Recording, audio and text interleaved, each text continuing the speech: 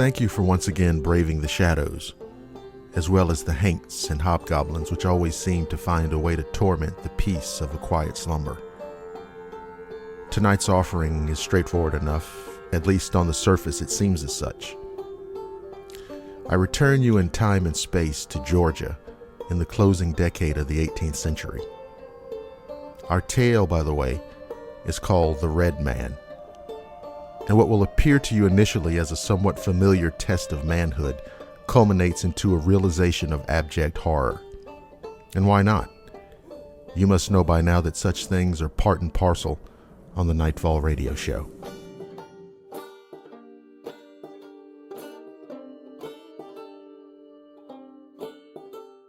Years ago, some say around 1790 or 91, just after the American Revolution, but before the railroads were built here in Georgia, supplies had to be carried from one town to another on horse-drawn wagons.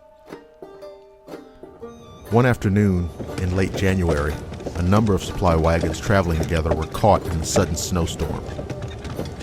The drivers pushed on through the freezing cold and heavy snow for 3 hours when they came upon an abandoned farm just off the road. "Looks like a fine place to wait out the storm," said a man named Jacob. "I hear tell that the house is haunted," said another driver named Evan. "I'm going to bed down in one of the stalls with the horses." Several other drivers said that they had heard some pretty bad stories about the house too. One man said he'd been told for nearly 20 years. Not a single person who stayed overnight in the house remained alive to see the next day. Most of the men decided that discretion was the better part of valor and opted to sleep in the barn with the animals. "Well," said Jacob, who was somewhat braver than the rest, "I'm not afraid of any ghosts, and I'll be damned if I'll sleep with horses and cowards when there's a real house just up the hill." When he'd finished unhooking his horses, Jacob walked up the hill to the house, which looked old and run down, but in no way frightening.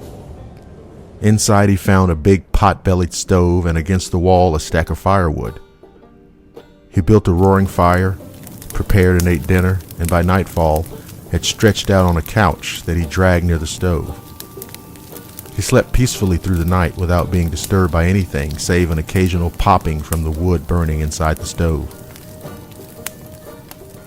About 1/2 hour before sunrise, Jacob woke up and said, "What a bunch of damn fools the others are to have stayed down there with the horses, when they could have stayed in here just as comfortable and warm as me." This is Dr. William Lester. If you'd like to finish listening to the conclusion of this fantastic story, go on over to blackwatermedia.net and listen for free.